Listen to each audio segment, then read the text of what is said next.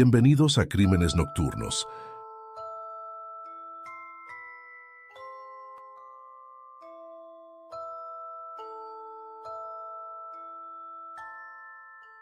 En el pequeño y silencioso poblado de Keddie, California, vivían apenas unas cuantas docenas de personas. Un lugar tan diminuto que ni siquiera contaba con su propio gobierno. Era lo que se conoce como una región de sentido común, una zona utilizada únicamente para fines estadísticos y demográficos, donde aparentemente nunca pasa nada. Durante años, Keddie fue un rincón apacible. De hecho, a finales de los 70, todavía llegaban algunos turistas atraídos por sus paisajes montañosos y sus senderos forestales.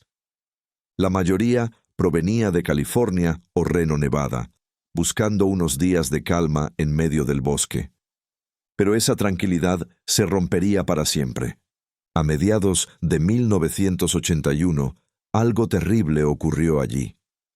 Un hecho tan brutal que hizo desaparecer por completo a los visitantes, dejando tras de sí una oscura mancha en la historia de este pequeño punto del mapa. Hoy, en Crímenes Nocturnos, conoceremos uno de los episodios más siniestros y enigmáticos ocurridos en territorio estadounidense. Así que te invito a dejar tu me gusta, activar la campanita de notificaciones y acompáñame a descubrir la escalofriante historia detrás del misterio de la cabaña 28. Era la madrugada del 12 de abril de 1981, cuando varios residentes del complejo turístico de Keddie fueron despertados por gritos apagados que parecían venir desde una de las cabañas. Algunos mencionaron haber escuchado también ruidos de vehículos moviéndose cerca del lugar. Todo apuntaba a la cabaña número 28, donde vivía la familia Sharp. Sin embargo, la mayoría de los vecinos no escuchó nada fuera de lo común. Hasta la mañana siguiente. Cerca de las 7 de la mañana, Sheila Sharp, de apenas 14 años, regresó a su casa después de pasar la noche en la vivienda de unos vecinos. La distancia era corta. Bastaban unos pocos pasos para llegar a la puerta principal de su hogar. Como siempre, la puerta estaba sin llave, así que la abrió sin sospechar que su vida estaba a punto de cambiar para siempre. Lo primero que vio fue el color rojo, una mancha intensa que cubría casi por completo el cuerpo de su hermano mayor, John Sharp, de 15 años. El joven estaba inmóvil, atado y visiblemente herido. El horror fue tan grande que Sheila apenas alcanzó a cerrar la puerta antes de correr despavorida hacia la casa de sus vecinos, la familia Siebold. En un estado de shock total, la adolescente apenas podía pronunciar palabra. Solo repetía una frase entre sollozos. Hay sangre, hay mucha sangre, por todas partes. Alarmados, los Siebold enviaron a su hijo James para revisar lo que había ocurrido. Cuando el chico entró en la cabaña 28, se encontró con una escena indescriptible. Pero, entre tanto caos, descubrió algo que le devolvió un poco de esperanza. En una de las habitaciones traseras, 3 niños se encontraban completamente ilesos. Eran Rick Sharp, Greg Sharp y un amigo de la familia, Justin, un niño del vecindario. Jamie los sacó por la puerta trasera, evitando que vieran lo que había en la sala. Allí yacían sin vida Glenna Sue Sharp, de 36 años, su hijo John, de 15, y la joven Dana Wingate, de 17, amiga de la familia. Minutos después, a las 8 de la mañana, las autoridades del condado de Plumas llegaron al lugar. El equipo forense comenzó a trabajar de inmediato, y fue entonces cuando el hermano de Glenna, Don Davis, llegó para identificar los cuerpos. Lo que vio en el interior de la cabaña 28 fue algo que los agentes nunca olvidarían. El salón estaba cubierto de sangre. Las paredes y el papel pintado mostraban cortes, huellas de violencia y marcas que hablaban de una lucha salvaje. Todo indicaba que había más de un atacante y que su objetivo no era solo acabar con la vida de esas personas, sino destruir todo a su paso. Los peritos concluyeron que el crimen había sido cometido con un nivel de odio y ensañamiento inusual, quizás dirigido especialmente hacia Glenna. Las autopsias revelarían pronto lo inimaginable. Las 3 víctimas habían sido atadas de muñecas y tobillos con cable eléctrico y cinta adhesiva. Algunos de los rollos usados fueron hallados dentro de la propia vivienda. John Sharp no tenía heridas de defensa, lo que sugería que había sido atacado mientras estaba completamente inmovilizado. Su amiga Dana, de 17 años, presentaba un patrón similar. Había sido golpeada y apuñalada sin poder defenderse. En cambio, Glenna Sue Sharp sí había intentado resistir. Sus brazos mostraban claras señales de lucha, aunque su agresor finalmente la dominó. Fue amordazada con una brutalidad atroz. Los investigadores hallaron en su boca parte de su propia ropa interior, una evidencia que dejaba claro el nivel de violencia al que fue sometida. A pesar del estado en que fue hallado el cuerpo de Glenna Sue Sharp, los forenses determinaron algo inquietante. Aunque todo apuntaba a un intento de agresión sexual, no había evidencia física que lo confirmara. Más allá del hecho de que la mujer fue encontrada desnuda de la cintura para abajo, nada indicaba que ese hubiese sido el motivo principal del ataque. Su cuerpo yacía tendido junto al sofá del salón, cubierto parcialmente con una manta amarilla. Ese detalle llamó poderosamente la atención de los investigadores. Cubrir a la víctima después del crimen es, según los perfiles criminales del FBI, un gesto de remordimiento o culpa. Y eso significaba que el asesino, o al menos uno de ellos, tenía una conexión emocional con Glenna. El cuerpo presentaba múltiples puñaladas en el pecho y en el cuello, pero las lesiones más severas estaban en la cabeza. El rostro de Glenna había sido golpeado con una brutalidad casi personal.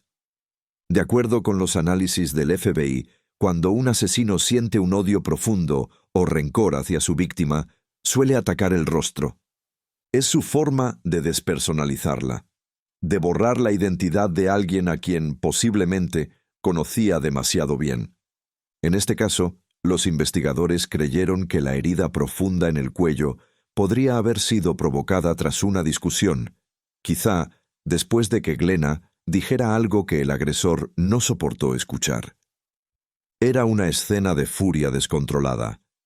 Los forenses detectaron además un patrón peculiar en las lesiones del cráneo. Algunas marcas correspondían a golpes con la culata de un arma de aire comprimido, concretamente un modelo Daisy 880. Y más tarde, entre los escombros, se hallaron pequeños fragmentos de plástico que coincidían con ese tipo de pistola. Esa evidencia llevó de nuevo la atención hacia su hijo John Sharp, quien también había sido degollado y golpeado en la cabeza con un objeto contundente. El análisis forense señaló que podría tratarse de un martillo, y la joven Dana Wingate, amiga de John, presentaba las mismas lesiones, además de señales compatibles con un intento de estrangulamiento manual. La variedad de métodos utilizados, puñaladas, golpes, estrangulamiento, llevó a la policía a una conclusión escalofriante. No fue obra de una sola persona. Todo indicaba la participación de al menos 2 agresores, siendo uno de ellos el autor principal del ataque contra Glenna. El equipo forense estimó que aquella masacre duró al menos 2 horas. 2 horas de terror dentro de la cabaña 28. Cerca de los cuerpos fue hallado un martillo ensangrentado, aunque con el paso de los días surgirían dudas sobre si realmente pertenecía a los asesinos. También se encontró un cuchillo de cocina cuya hoja estaba doblada, señal de la fuerza desmedida con la que fue utilizado. Durante la inspección del lugar, los investigadores hallaron manchas de sangre en la habitación de Tina Sharp, la hija menor de Glenna, de tan solo 12 años. pero cuando fueron a buscarla, no estaba allí. Tina había desaparecido. Fue entonces cuando la investigación tomó un nuevo rumbo. ¿Y si toda esa violencia no había sido el propósito, sino el medio para secuestrar a la niña? Al revisar la escena, los agentes descubrieron que los intrusos apagaron la mayoría de las luces y descolgaron el teléfono, cortando toda posibilidad de comunicación con el exterior. En aquella época, Keddie era un lugar donde nadie cerraba sus puertas con llave. Todos se conocían, y precisamente esa confianza fue lo que permitió que el mal entrara sin dificultad en la cabaña 28. Durante los interrogatorios, la policía se topó con un muro de silencio. Nadie había visto ni escuchado nada. La familia Siebold, que vivía en la cabaña contigua, la número 27, aseguró no haber notado movimientos extraños. De hecho, Tina había estado con ellos esa misma tarde del sábado y regresó a su casa justo antes de la noche. Algunos vecinos más alejados afirmaron haber oído gemidos o ruidos confusos, pero nada que los hiciera sospechar de una tragedia. Otros mencionaron haber visto vehículos desconocidos, una furgoneta verde y un Datsun marrón, circulando por los caminos cercanos al complejo. La búsqueda de Tina se extendió por toda la región, pero no hubo rastro de ella. Ni huellas, ni objetos personales, ni testigos. Y aunque la zona era pequeña, los asesinos parecían haberse desvanecido sin dejar evidencia alguna. El sheriff Doc Thomas, desesperado por la falta de resultados, tomó una decisión inusual. Llamó a 2 agentes especializados en crimen organizado para colaborar en el caso. Una movida extraña, considerando que lo habitual sería recurrir a la división criminal del propio condado. Años más tarde, esa decisión sería vista como el primer indicio de algo turbio, una jugada que escondería una red de secretos y encubrimientos que rodeó al caso desde el inicio. Glenna Sue Sharp había llegado a Keddie, una pequeña comunidad dentro del condado de Plumas, durante el otoño de 1980, buscando un nuevo comienzo. Había pasado un tiempo en la cercana ciudad de Quincy, donde vivía su hermano Don, pero tras separarse de su esposo, decidió mudarse a un lugar más tranquilo. Keddie parecía el sitio perfecto, una zona de montaña, serena, con cabañas de madera y vecinos amigables. Jamás imaginó que, en ese lugar, donde buscaba paz y anonimato, encontraría el final más atroz. Al llegar a Keddie, Glenna conoció a Gary Molaf, el propietario del Keddie Resort, sin imaginar que ese sería el escenario donde su vida llegaría a un trágico final. Curiosamente, Glenna solo consiguió alquilar la cabaña número 28 porque Gary atravesaba serios problemas financieros y decidió reducir el costo del alquiler. Fue así como esa cabaña, aislada y silenciosa, se convirtió en el último refugio de una familia marcada por la tragedia. Glenna organizó el pequeño espacio dividiéndolo entre sus hijos. Rick y Greg compartirían una habitación, mientras que ella descansaría junto a sus hijas Sheila y Tina en la otra. El mayor, John Sharp, conocido por su carácter rebelde, fue enviado al sótano. Ese detalle se volvería clave, pues la única puerta por la que podía entrar era la misma que usarían los asesinos aquella noche. Antes del crimen, Glenna trabajaba en un albergue cercano a la ciudad de Quincy. Su sustento provenía de una beca educativa y otra militar, gracias a su exesposo, James Sharp, un hombre que nunca se preocupó por mantener a sus hijos ni a la mujer que había dejado atrás. Los niños asistían a la escuela de Quincy, y para Glenna, la vida en la cabaña 28 representaba un nuevo comienzo, un intento de dejar atrás los golpes del pasado. Pero las sombras de Keddie terminaron envolviendo a toda la familia. Durante la investigación, la policía descubrió que John Sharp y Dana Wingate fueron vistos haciendo autostop alrededor de las 10 de la noche, en las afueras de Quincy. Algunos investigadores creían que los jóvenes habían aceptado un aventón, sin saber que viajaban con sus propios asesinos. Esa hipótesis sugería un crimen impulsivo, una oportunidad tomada por mentes desorganizadas, pero con cierta planificación. Según los perfiles del FBI, el ataque había sido cometido por dos personas, una combinación entre lo organizado y lo caótico. Sin embargo, el teniente Dom Stoy presentó otra versión. John y Dana habrían estado en una fiesta esa noche, lo que indicaba que tal vez regresaron demasiado tarde y se toparon con la masacre. A partir de allí, surgió un rumor peligroso, que las drogas habían estado involucradas.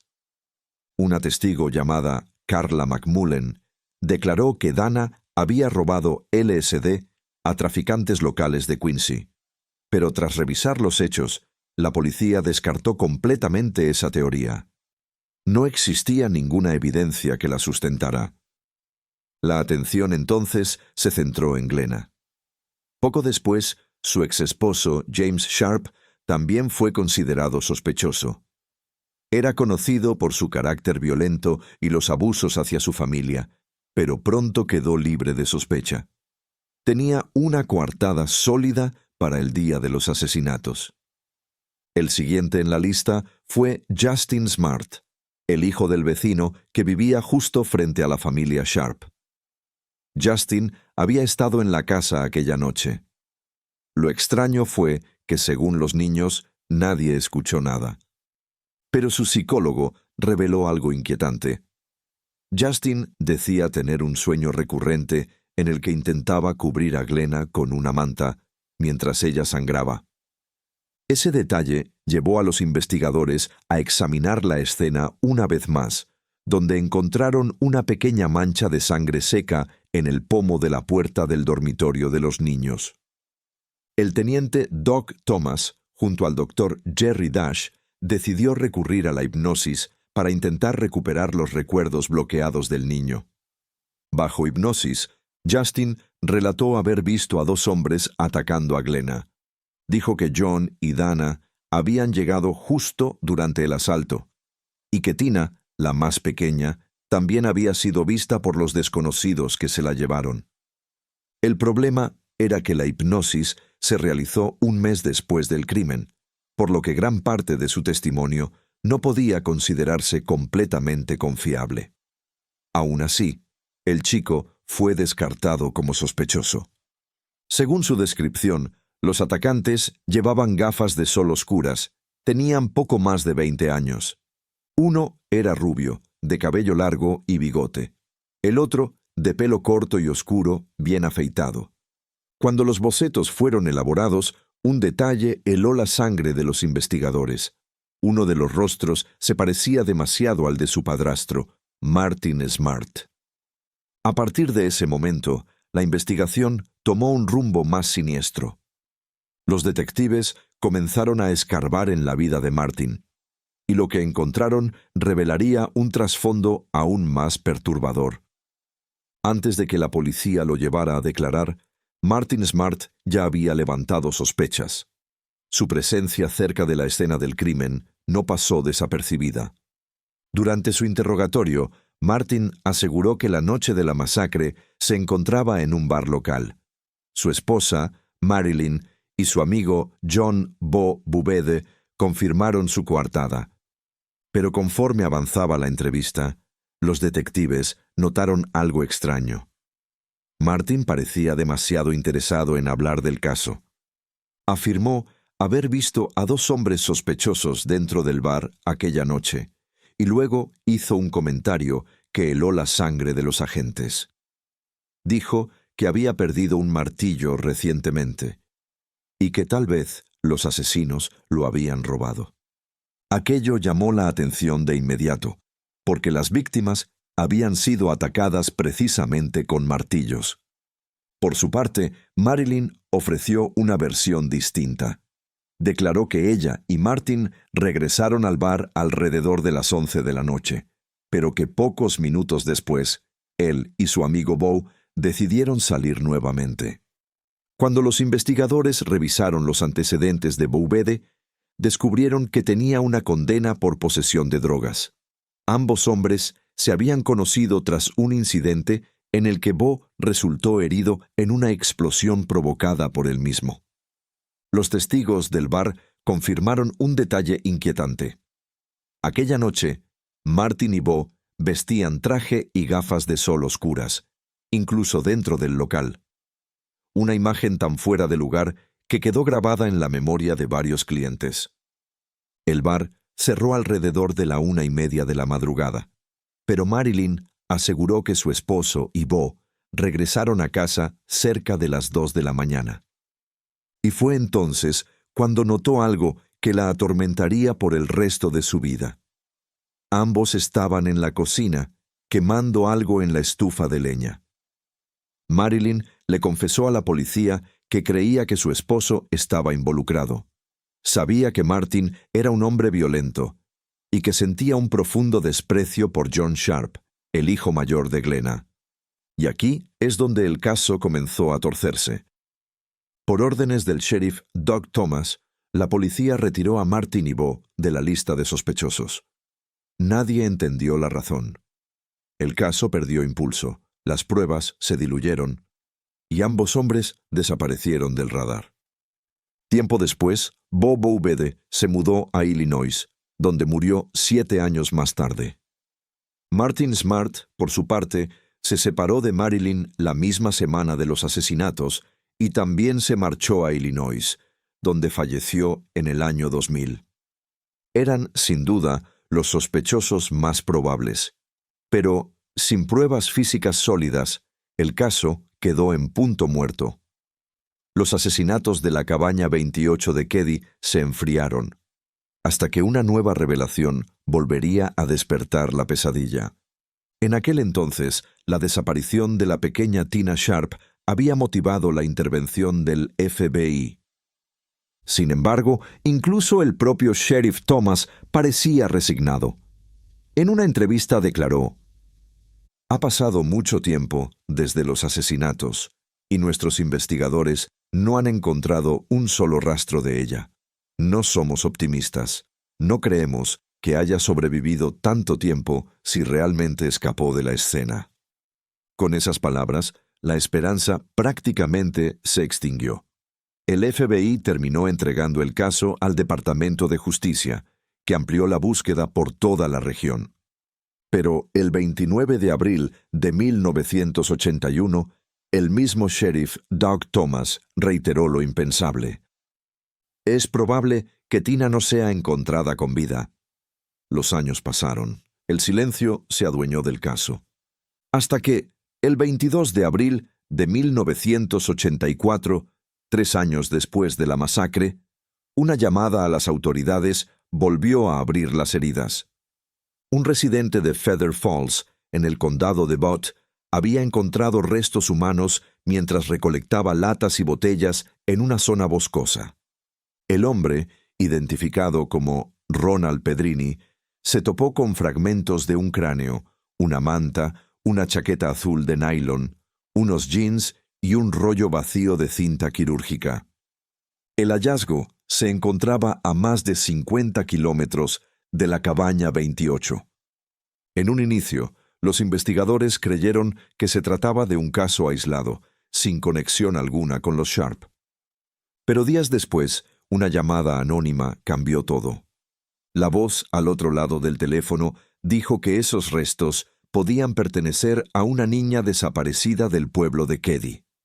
El área fue acordonada y comenzó una nueva investigación. Finalmente, en junio de 1984, el patólogo del condado confirmó lo que todos temían. Los restos del cráneo y la mandíbula correspondían a Tina Sharp. Las evidencias sugerían que Tina había sido asesinada la misma noche que su familia, pero su cuerpo fue trasladado a varios kilómetros de distancia, posiblemente para ocultar la magnitud del crimen. Los expertos concluyeron que los restos nunca fueron enterrados. lo que significaba que habían permanecido allí, a la intemperie, durante casi 4 años. El hallazgo del cráneo de Tina Sharp abrió nuevas líneas de investigación, pero también generó sospechas inesperadas. El hombre que había encontrado los restos, Ronald Pedrini, llamó la atención de los detectives. Resultaba extraño que, por pura casualidad, hubiera viajado justo hasta ese remoto lugar para recolectar botellas y basura plástica, y terminara topándose con los huesos de una niña desaparecida hacía años. Algunos investigadores comenzaron a sospechar de él, pero cometieron un error que hasta el día de hoy sigue siendo duramente criticado. Nunca se registró nada sobre quién era realmente Ronald Pedrini. Ningún interrogatorio formal, ningún seguimiento. Solo su nombre quedó anotado en los reportes. Un vacío inexplicable que marcó para siempre el expediente del caso Keddie. Un año antes de aquel hallazgo, en 1983, las autoridades habían seguido otra línea. Henry Lee Lucas y Otis Toole, el dúo criminal más infame de Estados Unidos, también fueron interrogados por su posible implicación en la masacre. Sin embargo, fueron rápidamente descartados cuando se comprobó que, durante la época del crimen, ambos se encontraban en Jacksonville, Florida, a más de 3.000 kilómetros de distancia. Con el paso del tiempo y sin pruebas nuevas, lo único que quedó fue el dolor. Sheila Sharp, junto a sus hermanos Rick y Greg, intentaron rehacer sus vidas tras perderlo toda aquella noche. Los tres fueron enviados a vivir con su padre biológico, el mismo del que Glenna se había separado años atrás. Por otro lado, los padres de Dana Wingate, la amiga de John, que también fue asesinada, nunca logró sobreponerse. En una entrevista concedida al San Francisco Gate en 2009, Gary Wingate, el padre de Dana, expresó con una mezcla de resignación y furia: «Nadie tiene idea de quién mató a mi hija. Hace mucho tiempo tuve que dejar este asunto atrás. O me habría consumido por dentro. No pienso en eso, pero sé que hay maldad en este mundo, y esa maldad estuvo en esa casa, esa noche». Aquellas palabras fueron una puñalada directa al corazón de los investigadores, y también un recordatorio de que el caso Keddie seguía vivo, aunque cubierto de polvo. Décadas más tarde, el 24 de marzo de 2016, un hallazgo inesperado volvió a agitar el expediente. En un lago cercano a la región fue encontrado un martillo corroído por el tiempo. El análisis forense reveló que coincidía con la descripción exacta del martillo que pertenecía a Martin Smart, uno de los sospechosos originales. Aunque Martin había muerto en el año 2000 y no era posible confirmar al 100% que aquella herramienta fuera la suya, el hallazgo bastó para reavivar todas las sospechas. El martillo fue aceptado oficialmente como evidencia del caso Keddie, y con ello, la investigación cobró nueva vida. Para entonces, el sheriff a cargo era Greg Atwood, quien, en 1981, cuando ocurrió la masacre, tenía apenas 16 años, y era amigo cercano de John Sharp y de Dana Wingate. Para Greg, aquello ya no era solo un expediente, era personal. En una rueda de prensa, aseguró con convicción que ese martillo era el arma homicida que había destrozado la tranquilidad del pueblo más de 3 décadas atrás. El descubrimiento hizo que todas las miradas volvieran a posarse sobre Martin Smart. Ese mismo año, el periódico Sacramento Bee publicó un artículo explosivo con información confidencial jamás revelada. Según la nota, nuevas pruebas vinculaban directamente a Martin con la masacre de la Cabaña 28. La más impactante era una carta que Martin había dejado a su esposa Marilyn antes de marcharse a Illinois. Una carta escrita poco después de los asesinatos, cuando su matrimonio se había desplomado y Marilyn había decidido divorciarse. En esa carta, Martin escribió una frase escalofriante. «He pagado el precio de tu vida, y ahora lo he comprado con la vida de 4 personas. Y tú me dices que hemos terminado. Muy bien. ¿Qué más quieres?» Esa confesión, oculta durante años entre los archivos confidenciales, nunca fue revelada al público hasta que los nuevos investigadores la encontraron. Para el sheriff Hackwood, esa carta era una admisión de culpa disfrazada de despedida. El nuevo equipo forense concluyó que los investigadores de los años 80 habían cometido graves errores, y algunos incluso sospechaban de corrupción interna. El propio Hackwood declaró: «Incluso un novato habría hecho un mejor trabajo que aquellos supuestos veteranos». Pero había más. Durante la revisión del caso, los agentes descubrieron que Martin Smart había asistido a una clínica local donde buscaba tratamiento por estrés postraumático, problemas de ira y traumas de guerra. Martin había servido en Vietnam, y quienes lo conocieron aseguraban que la guerra le había destrozado la mente. Los nuevos hallazgos apuntaban a una verdad inquietante. La violencia, la furia y el desequilibrio mental de Martin podrían haber sido el combustible que alimentó una de las masacres más aterradoras en la historia del norte de California. Tras el hallazgo del cuchillo, el cuidador de Martin Smart declaró algo estremecedor. Según él, su paciente le había confesado haber asesinado a Glenna y a Tina Sharp, aunque negó haber participado en los crímenes de John y de Dana. Martin, con la tranquilidad de quien cree tener todo bajo control, pensaba que confesar algo tan atroz frente a un profesional de la salud mental no podría ser usado en su contra. Sin embargo, aquel silencio que lo protegió durante décadas terminó siendo su peor condena. El terapeuta, que decidió mantenerse en el anonimato, contó en 2016 que ya había entregado esa información a las autoridades en 1981, pero que nadie le prestó atención. Aquel detalle, ignorado durante tanto tiempo, encendió nuevamente la llama del caso. Ese mismo año, el investigador especial Mike Gamberg reveló en una entrevista con el Sacramento Bee algo que estremeció a la opinión pública.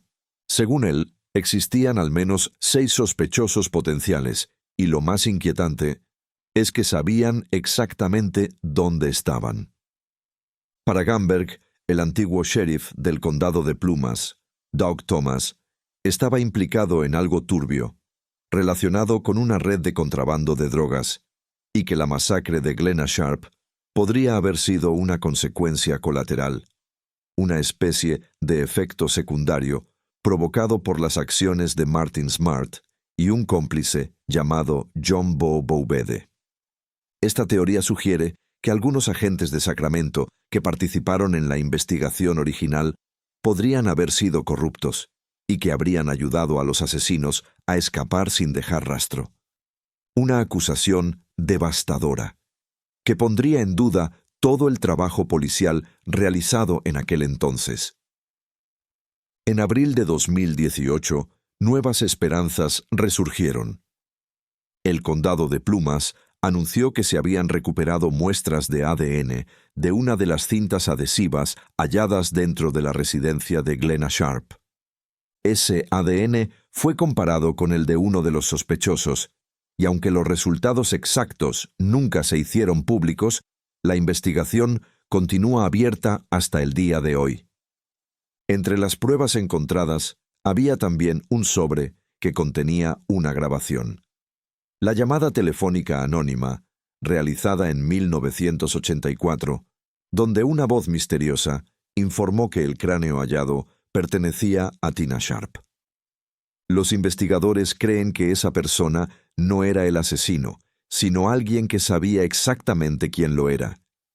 La grabación fue enviada al FBI, pero hasta ahora no se ha revelado ningún detalle sobre su contenido.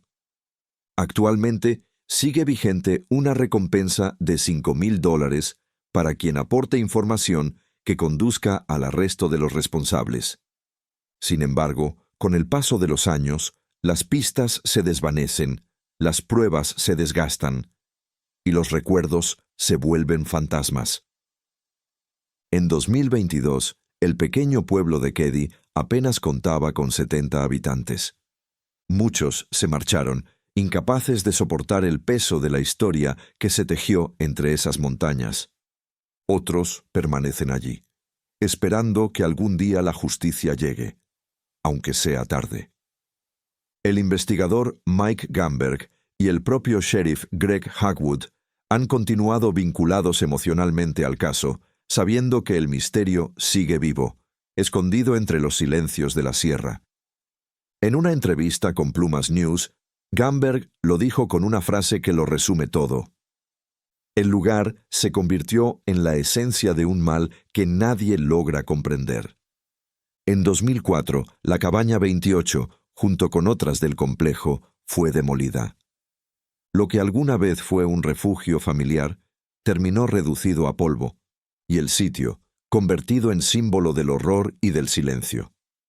Durante la década del 2000, varios documentales independientes llevaron esta historia al mundo, y gracias a ellos, el caso de Keddie se transformó en una de las masacres más enigmáticas de la historia criminal de Estados Unidos.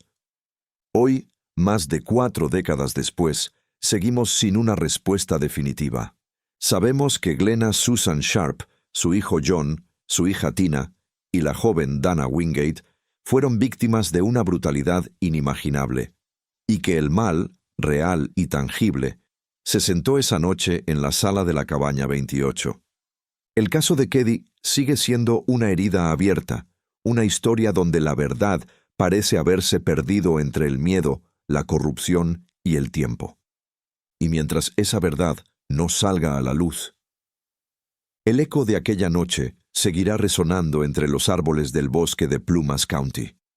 Yo me detengo aquí. Pero tú, que llegaste hasta este punto, dime, ¿crees que Martin Smart fue el verdadero asesino? ¿O que hubo algo más oscuro detrás de todo esto? Déjame tu opinión en los comentarios. Suscríbete para no perderte los próximos casos. Y recuerda, en Crímenes Nocturnos, las sombras siempre tienen algo que contar.